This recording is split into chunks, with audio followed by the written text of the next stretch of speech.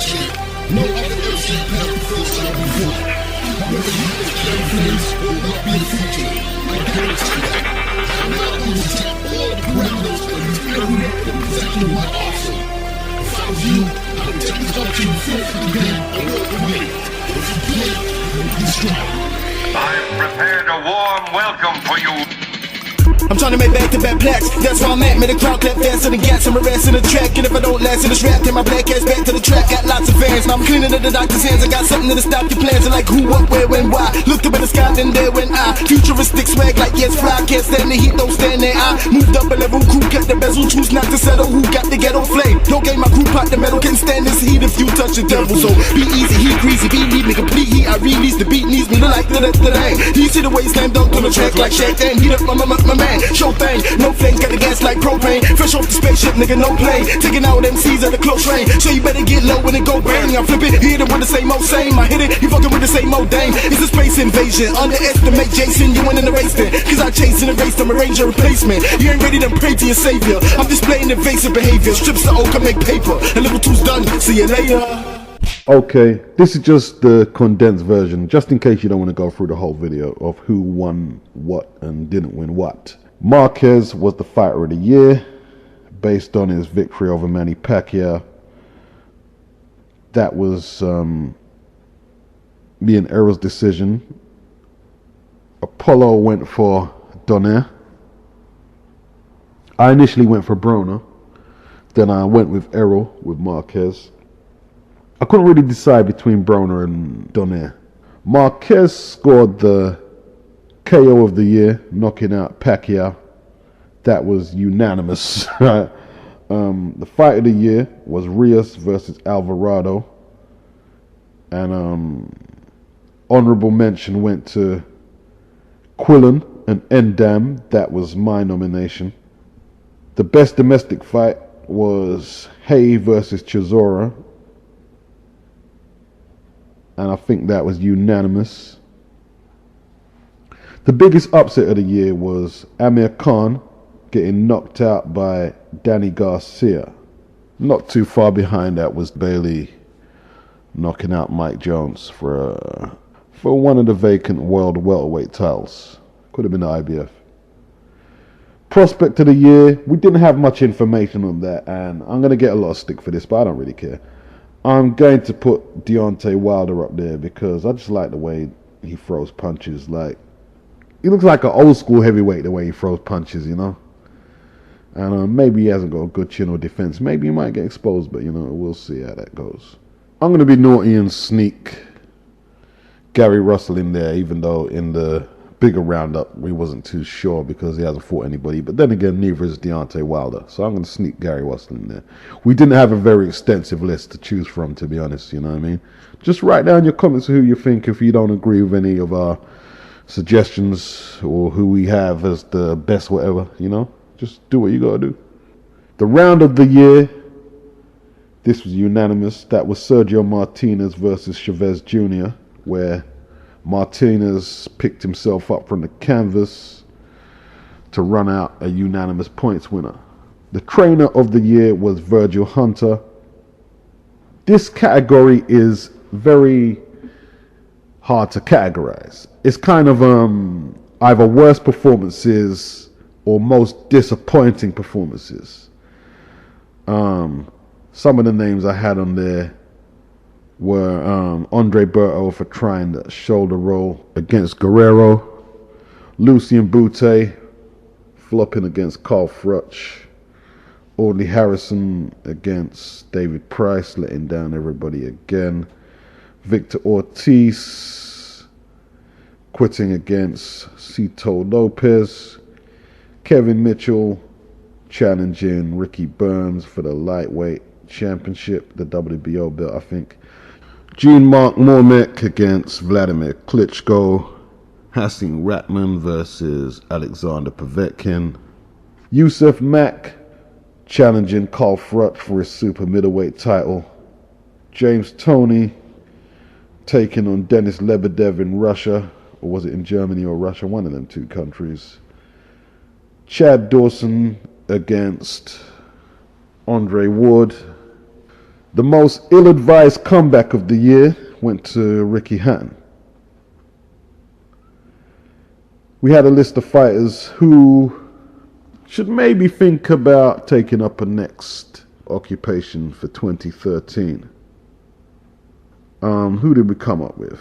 Hasim Ruttman, Danny Williams, Evander Holyfield, James Toney, Glenn Johnson, Roy Jones, Shane Mosley, Audley Harrison. Don't get it twisted, my stance is I don't really see a need to sort of like press fighters to retire, but it was just a category we had. The best commentator. Apollo had Roy Jones for HBO, and Errol had some guy named Gus Johnson from Showtime. The bravest fighter. Apollo said Don Charles.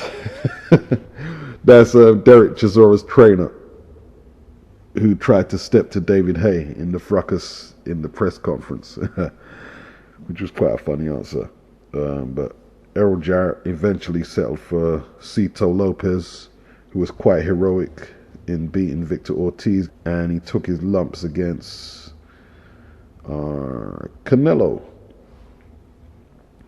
Worst domestic fight. The worst, or, you know what I mean, I don't know. It might not even be the worst, just might be the worst fight I saw, was Junior Witter versus Frankie Gavin for the British welterweight title. Dirtiest fighters were Abner Morris and Robert Guerrero. Abner Morris for his performance against Moreno, and Guerrero for his performance against Andre Berto. The worst refereeing decision was when Ian John Lewis prematurely stopped the Oval Mackenzie Enzo Macronelli Commonwealth title fight at light heavyweight, when Oval landed a couple of decent punches, one particularly decent right hand I think it was, and Lewis jumped in between the two fighters, and by the time he realized he made an error, it was a little too late. You know, it was a little too late for him to reverse what he did. Premature stoppage. Couple of the worst decisions by the judges. I'm probably going to have to go for Pacquiao Bradley. That was pretty bad. And Eddie Chambers versus Thomas Adamek. I thought that was pretty bad.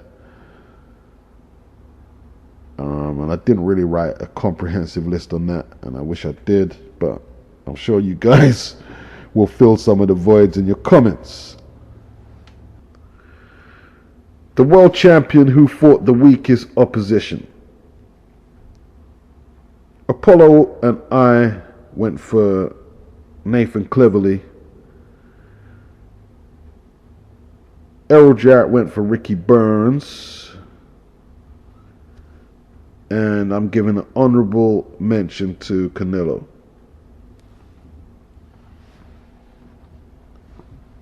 Best boxing journalists. Me and Errol, we put down Apollo for the best up-and-coming journalist. I think Errol actually had him for the best all-round journalist. Ellie Setback, probably number one all around. Kugan Cassius, Radio Raheem, they came in for the runners-up spots. Chris Robinson comes to mind right now. He was very good. Boxing Socialists did their thing. The best YouTube channels. Me and Errol decided to opt out on that one just because we didn't really want to upset none of you guys. But Apollo, he went for Gambino and Hatman TV. I'm not mad at Hatman at all getting that award. Fights we would like to see next year. Apollo wants to see David Haye take on Vitaly Klitschko. He'd also like to see Tyson Fury versus David Price. Gamboa versus Broner. And along with me, he'd like to see Trout versus Mayweather. I would also like to see Rigondeaux versus Donaire, Khan versus Brook, Canelo versus Trout, Broner versus Vasquez, Mayweather versus Trout, Bryant Jennings versus Deontay Wilder, any combination between Quillen, Gil, Martinez, and Dmitry Pirog. That's it, Dmitry Pirog. The fights Errol Jarrett would like to see. A lot of his shit just consists between two fighters for some reason. He wants to see Garcia versus Matisse, Garcia versus Alusagan, Tim Bradley, and Amir Khan rematch, Brandon Rios. He'd like to see Guerrero versus Victor Ortiz, Lopez versus Broner, and Lopez versus Khan. He'd like to see Canelo versus Mayweather. Rios versus Broner, Martinez versus Trout. Paying respect to the dead, we had Manny Stewart, Angelo Dundee, Burt Sugar, Hector Camacho, Johnny Tapia. The worst news story for us was Paul Williams. Well, I made that category there. That was the saddest story for us. The best boxing stable, Apollo had Golden Boy and Errol had Al Heyman. I'm probably going to swing with Al Heyman, so he won that award. The best TV network, Errol had Showtime and Apollo had HBO. The best network in the UK covering boxing, I think the guys went for Sky, with Channel 5 closing up behind and Box Nation not really impressing as much as it could have done possibly. I'm not sure about that. The Milk Box Carton Award goes to Tavoris Cloud, Villain of the Year. Adrian Broner seems to be taking over from Floyd and relishing and flourishing in the role. The biggest news stories are the Derek Chisora David Haye brawl in Munich, Floyd Mayweather going to prison,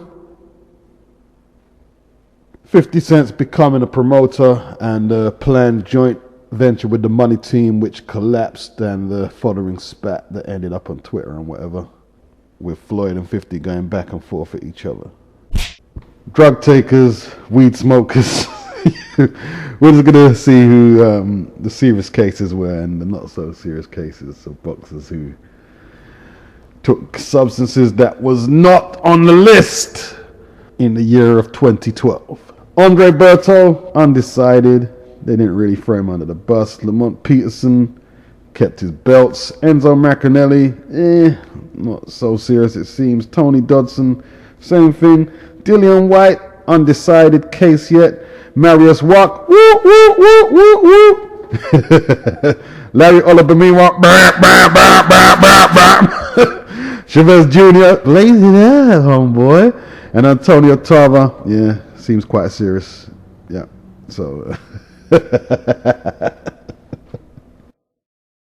And the pound for pound best fighter. I'm going to apologize to Errol Jarrett because he suggested a pound for pound fighter, but I said, wouldn't the best fighter of the year be the pound for pound? And no, it's not actually the same, you know, because I'm still going to put Andre Ward forward as the pound for pound, even though Marquez is the fighter of the year. That's just based on that Pacquiao result. But, you know, the pound for pound, it sort of carries, doesn't it? You know, I mean, even though Ward only fought once, you know, he knocked out the light heavyweight champion, Chad Dawson, knocked him out. Good victory. And he's still got the carryover from that Super 6 victory last year, you know, and you can't just lose that momentum. He's still pound for pound best in my opinion. I don't know where Manny Pacquiao fits into that now after that shocking KO loss. I don't even know where Floyd Mayweather fits into it because he's been very inactive. But that wraps up that for no people. You know what I mean? Peace out. We don't go doing the same old two-step.